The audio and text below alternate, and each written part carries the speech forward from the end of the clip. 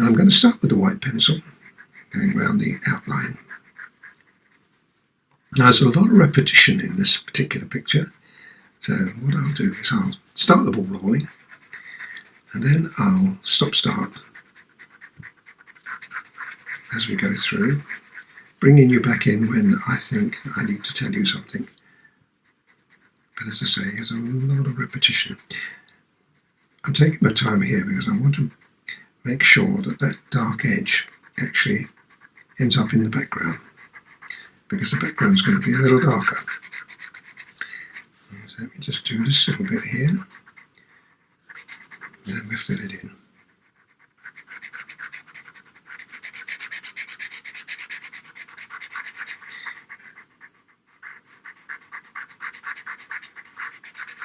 Now the colour shaper is going to play a very important role in this picture. And just before I do use that though, I'm going to use the pink, which is 132. And mostly it's white, but there's a lot of pink in it, so I'm going to put the pink in quite generously, because we can put white back into it again.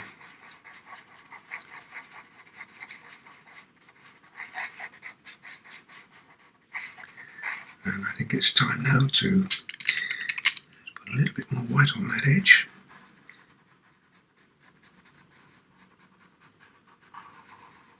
Like that. And blend it.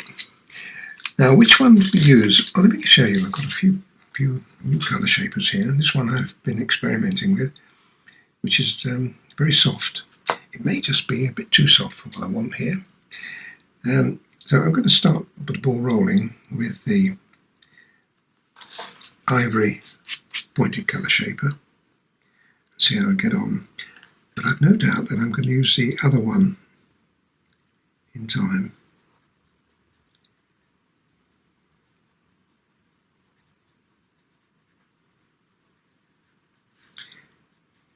Now we've got to make this quite smooth. Okay. Now where you go over the edges like that, you want to get rid of it. It's why it's also important not to get rid of the line altogether, because you can see where you've made that error. It's always a difficult decision really as to whether you put the background on first or the subjects, and as you know, I prefer the subject. Reason for that is because if you start using dark background colours and it strays onto the rose, it's going to affect the paper, and then we won't have a pretty pink rose. Now this is 131 I'm using. Now this time I don't want to go right to the edge, because first of all my colour shaper will drag that colour where I want it to be. I'm being quite tentative. This is strong colour 131.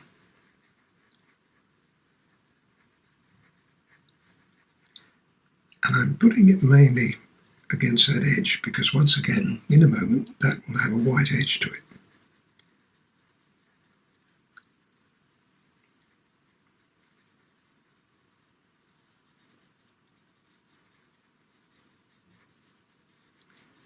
Best to just do a little bit to start with. Now let's see whether this, I'm going to try this one because this is, as I said, very soft, and I'm hoping that it will give us a very smooth finish, which it does. This is what I've found in other pictures I've used. It's particularly valuable in portrait work. Now you might wonder, why didn't you put white down there, Colin? Well, you can see why, look. Because had I done, I'd have interfered with that. And now the white back again. I don't really want it very much darker than I've got it there. But the white comes on the edge and it comes down into the rose shape, so right on the edge. Obviously the light's coming from above.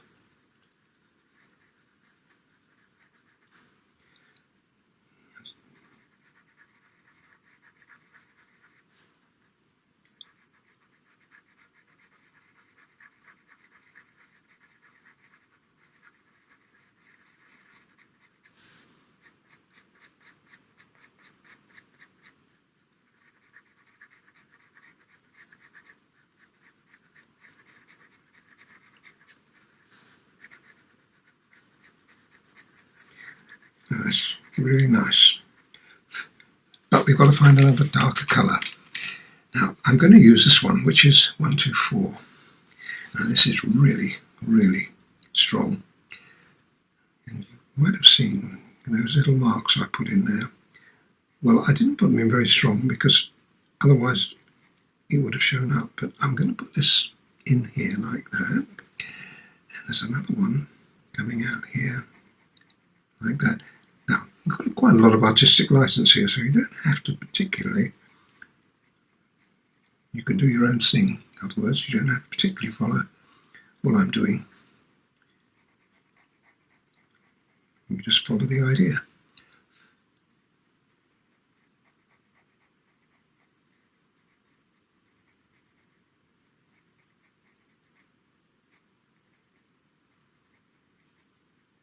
Now it's got to be just a bit stronger than that, so I'm coming in now with another colour, which is 226, believe it or not.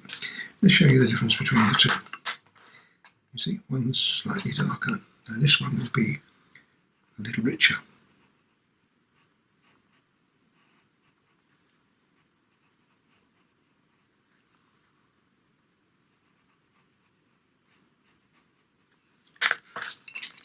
And this is also where this comes in handy, because see the point on there? It's better than, if you look at this one, you can see that it's sharper, which means you can get in and do some very fine work.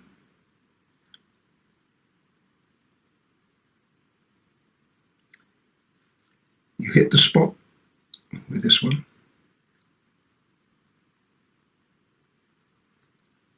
Now that's not quite as sharp as that, but that one is.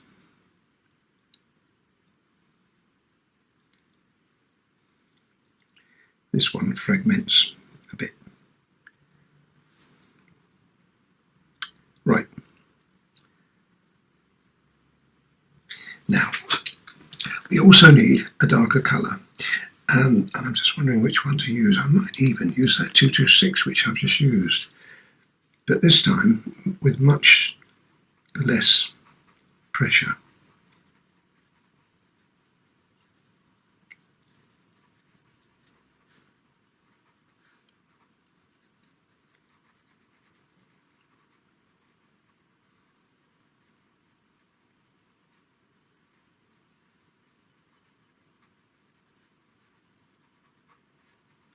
We can go over these again with a darker colour if we need to, but they've got some like veins on it, so let's put those in too.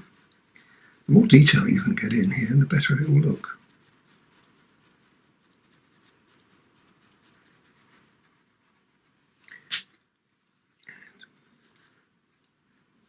And blend that up.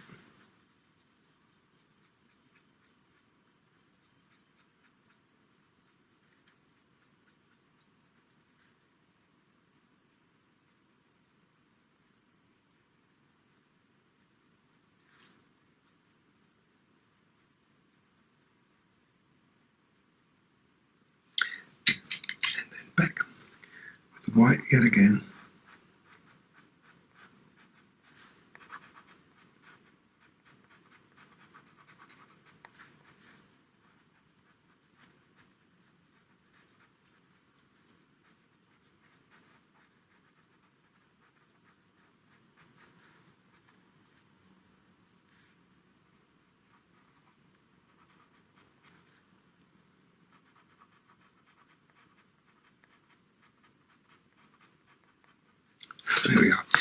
I'm going to sharpen my 226 up, this one, because I want to make that just a little sharper.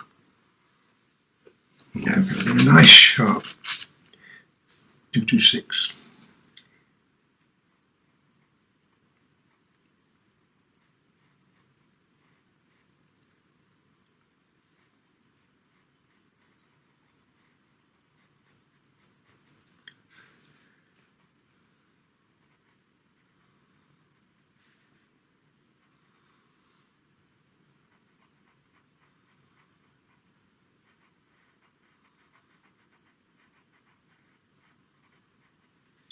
And that one's very defined. This one isn't.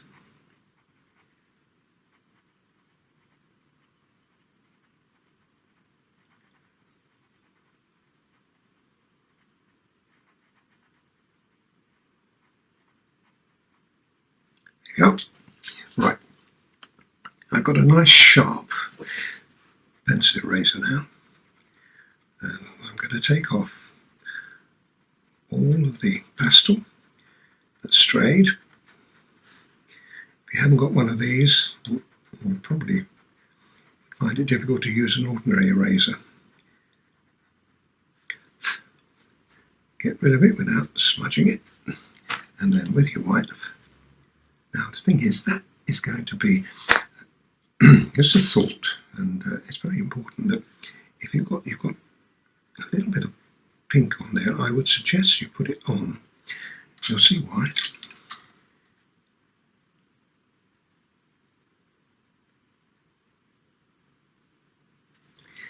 Because when you put the white on, like that, it would have been white against white. See? Now, I won't be doing this one just yet, because what I want to do is work my way around here. But then I think I probably will do this then. Let's do that one too.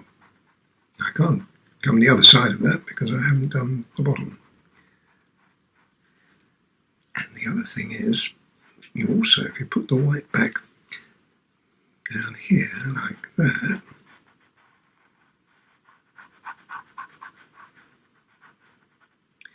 that white can't be white. See what I mean? So what we'll do there is put a little bit of white on, but that will be pink. As you have a contrast between this and this. But that looks lovely. So that's what I'm looking for, folks, as I go through. So I'll do this one, finish this off, because you've seen me do it. It's virtually the same as that one.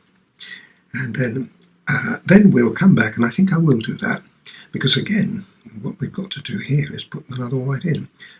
But we can't really do it until we finish this, just like that. So we've got to do it methodically. And the more care we can take with this rose, the more colourful it's going to be.